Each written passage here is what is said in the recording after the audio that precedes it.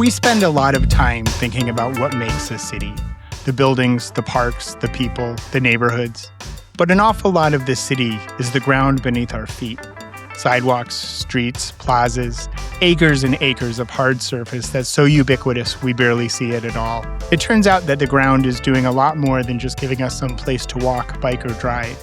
It can shape how we experience a city, its character and identity, and how water moves through it, how hot it gets, and how we respond to a changing climate. My name is Chelsea Ritter-Soronen. I'm the founding principal of a business called Ground Shift Studio, which is a public arts practice based here in Washington, D.C., where we focus on creating art on the ground in various mediums and scales. The intention to connect, unite, and protect cities we love all over the world. Tell me how that intention came about. Did you start with that in mind, or how did you get to that? I fell in love with creating art on the pavement as a chalk artist, almost 15 years ago in St. Louis. And through that, I fell in love with creating on the ground because of the literal perspective shift. I got to see these cities from unique perspectives that I would never see otherwise and have really interesting conversations with people. Creating in public as a muralist is always an interesting adventure because you get to meet all sorts of folks from all different walks of life and talk about all sorts of subject matter. And on the ground in particular, people are curious about the art itself as well. What are you doing? Why are you doing that? And why are you doing it on the ground? And we can get into that later, but I also think that's one of arts in the right-of-way's greatest strengths, and that's why artists can be one of the greatest liaisons for street safety programs in America. What does literally hunkering down on the sidewalk tell you about a city that you can't pick up in other ways? This is one of my favorite topics. I'm so glad to talk to you. This was my slow inching into what I now understand is called urbanism. You can tell the way a neighborhood is prioritized and treated by the way the sidewalk looks.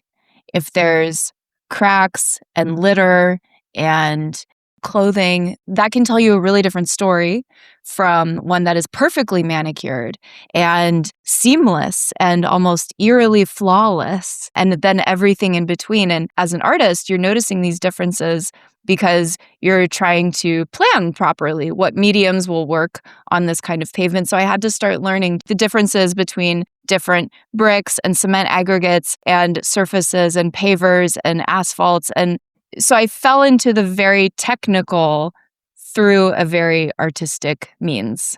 And now I get to blend it all together. Is there an ideal canvas for you? And what does that look like or feel like? That's a great question. Being in DC, especially right now, my initial response to that is any public space that feels safe and feels free to express yourself. That, first and foremost, has to be the foundation that artwork is not only permitted, but encouraged, regardless of the subject matter.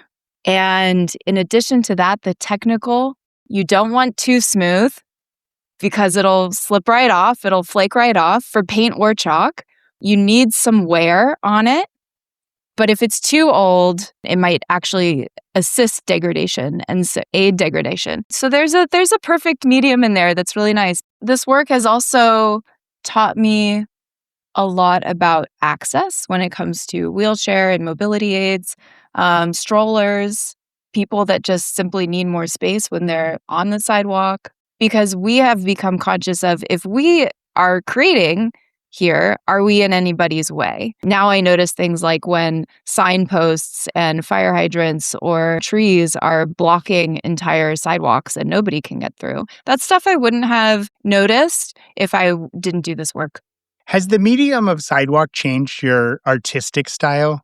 I would say that all of our works are really site-specific, is my short answer. And Usually when we're creating on the ground, whether it's on a roadway and it's intended to be a lasting, more permanent project, or really ephemeral and in chalk on a sidewalk and, some public space, we're always taking into consideration what story do we want to tell here, and who and what do we want to uplift, whether that's an issue of human rights, whether that's a beautiful native flower that deserves more attention, whether that's, an outline for kids to help color in. Tell me about the jump from chalk to a more permanent medium.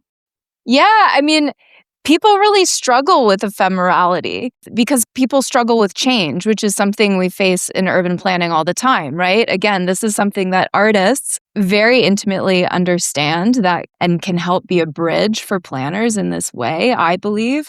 People always want good things to last. So that led me to start exploring other mediums, whether it was tempera paint or alternative canvases that are like temporarily adhered to the pavement. But paint really started with the Arts in the Right-of-Way collaborations. And that really started when I moved to DC in 2019, 2020, right around the pandemic. DC's Color the Curb program and Arts in the Right-of-Way program started picking up speed. And I saw a call for artists and said, well, I don't know anything about this, but I know a lot about creating on the ground and I can figure it out. The very first one we did officially, that was an official Arts in the Right-of-Way program, was with the Southwest Business Improvement District here in DC. And it was a pilot project for them as well. So we learned together, which was really exciting. It's a corner where there's every reason why you would desire traffic calming. There's a really busy church, there's an elementary school, there's a public library, there's a commercial strip, every reason why there are lots of pedestrians exist in this area. And so they had received a grant to do a little pilot project and we tried it out together. And ever since, I've learned so much more about better mediums to use and how to properly clean the pavement. These are things that we did not know, but I really believe that in all forms of public art, you have to struggle your way through mistakes too. You have to learn the hard way. And that's how we've now become so-called experts in this matter. I very quickly realized right on that first project that this is where I want to live for a while. One of the things in this work that you're doing is this idea of the transformation of streets. And I think we saw a lot of openness to exploring how streets function after the pandemic. And we saw a lot of people using their space differently and designing their space differently. And now I see you're moving into also one of the biggest challenges with streets is the impact they have on climate. So Tell me more about this discovery, how in the work you do can have a positive impact on that. Definitely. So we're still learning a lot about this. And before I get excited about these specific treatments, I also want to emphasize that we are keenly aware there is no one quick fix solution and that everything we're exploring is part, just a couple spokes in a very complicated large wheel that we need to survive the climate crisis and survive extreme warming. Over the last 3 or 4 years here in DC and in the DMV region, we have rescheduled or canceled projects at an increasing rate. The second half of July is always too hot, so we're not even going to bother scheduling something. On the pavement, in direct sun, asphalt can reach up to 140, 150 degrees Fahrenheit. And you feel that very differently when you're working direct, 2 feet off of that surface versus 5 or 6 feet. That's a dramatic temperature difference, even in the ambient, the way that it's felt ground level versus standing up. Or for somebody that's lower to the ground, like a child, or for somebody in a mobility device, feels that way differently than somebody who's just out for a jog and is 6 feet tall. I don't know how to stress how dire this is. But what I do know is that we need to make this clear to more people outside of our transportation and urban planning bubbles. And I think that artists are a really good vehicle for that. When we need to expand our reach and expand our audience, we need to prioritize shade is the thing that helps the most, of course. we just keep our surface thermometer just on us now, just seeing all the time, okay, what does this brick paver do? What does this grass do in the shade versus this grassy patch in the sun? And just learning all of those differences for ourselves. There are treatments that we're exploring artistically.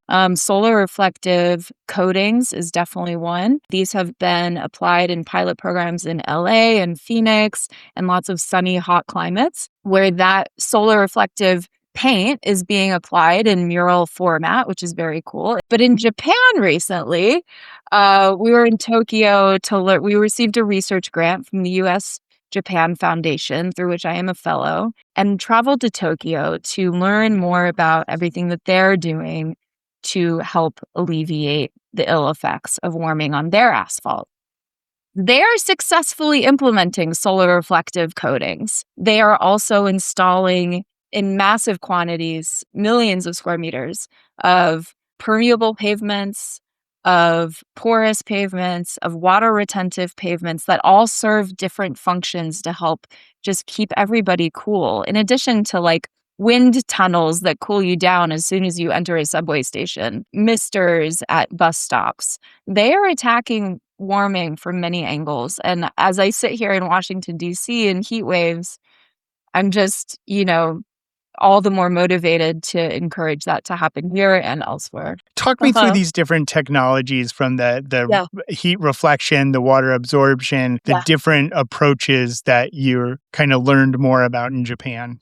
Yeah. Okay, so solar reflective pavement coatings are not just about cooling the air, but they also benefit the infrastructure because it protects the asphalt from needing more repairs and more maintenance. So it also saves money long term in that sense and saves more asphalt from needing to be used. So that's something that I didn't fully understand until I started learning about Japanese infrastructure. So you have the solar reflective qualities. Then you have, and in Tokyo, we didn't see the solar reflective. I think this is really important.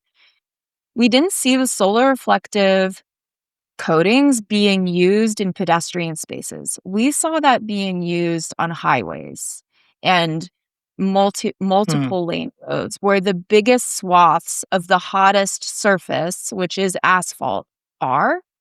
Because one of the drawbacks and criticisms of solar reflective coatings is that it can make the ambient temperature hotter for a couple hours during peak sun, which actually weakens the pedestrian experience. And so that's like two sides of the coin for solar reflective coatings. Then you have water retentive asphalt, water retentive pavement holds on to, it's self-explanatory, it holds onto the water through not just a surface layer, but multiple layers of various pavement substrates and types, and then slowly releases it. And the best way I've had it described to me is basically the street sweats.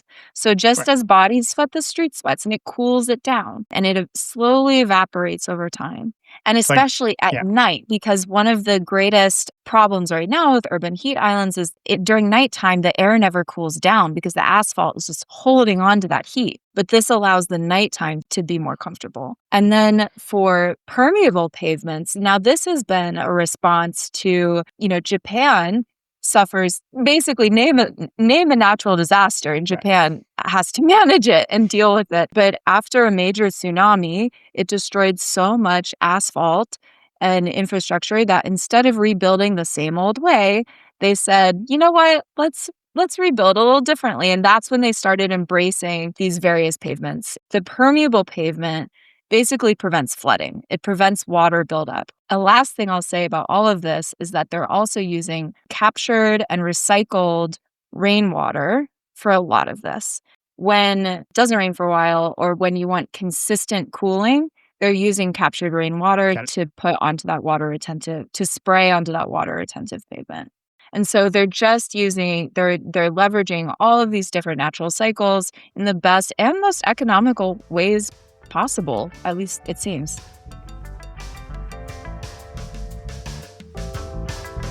There is a practice in Japanese culture called uchimuzu. And uchimuzu is the practice of actually sprinkling water onto the pavement to cool it. This is a cultural practice. It's not something that was created by urbanists with higher education to cool the city. This is just something that has been done. And I like to believe that because this is a practice, there's already a foundation of understanding this as a concept culturally, and that it's a positive thing for society. And there's like an annual Uchimizu festival where, local politicians gather with people and they all make it a show to show that like together they're fighting urban warming. But it wasn't always that way. And I think that's really fascinating. And it makes me wonder, in the United States, how can we make it fun? How can we make these practices exciting and something to look forward to? Chelsea Ritter-Soronen is a public artist, urbanist, and social entrepreneur working at the intersection of public art, transportation systems, and climate resilience. She's the founder of Ground Shift Studio and Chalk Riot. Find links in the episode notes and at sidewalkballet.com. Sidewalk Ballet is a production of Big Creative Consulting, strengthening community through culture and place. Our theme song is by the Peacoat Project, mastering by Ryan Musante. If you enjoy the conversations on the Sidewalk Ballet and want to support future episodes, there are links to do so at sidewalkballet.com. Thanks for joining me on this block of the Sidewalk Ballet. I'm Chip. I'll see you downtown.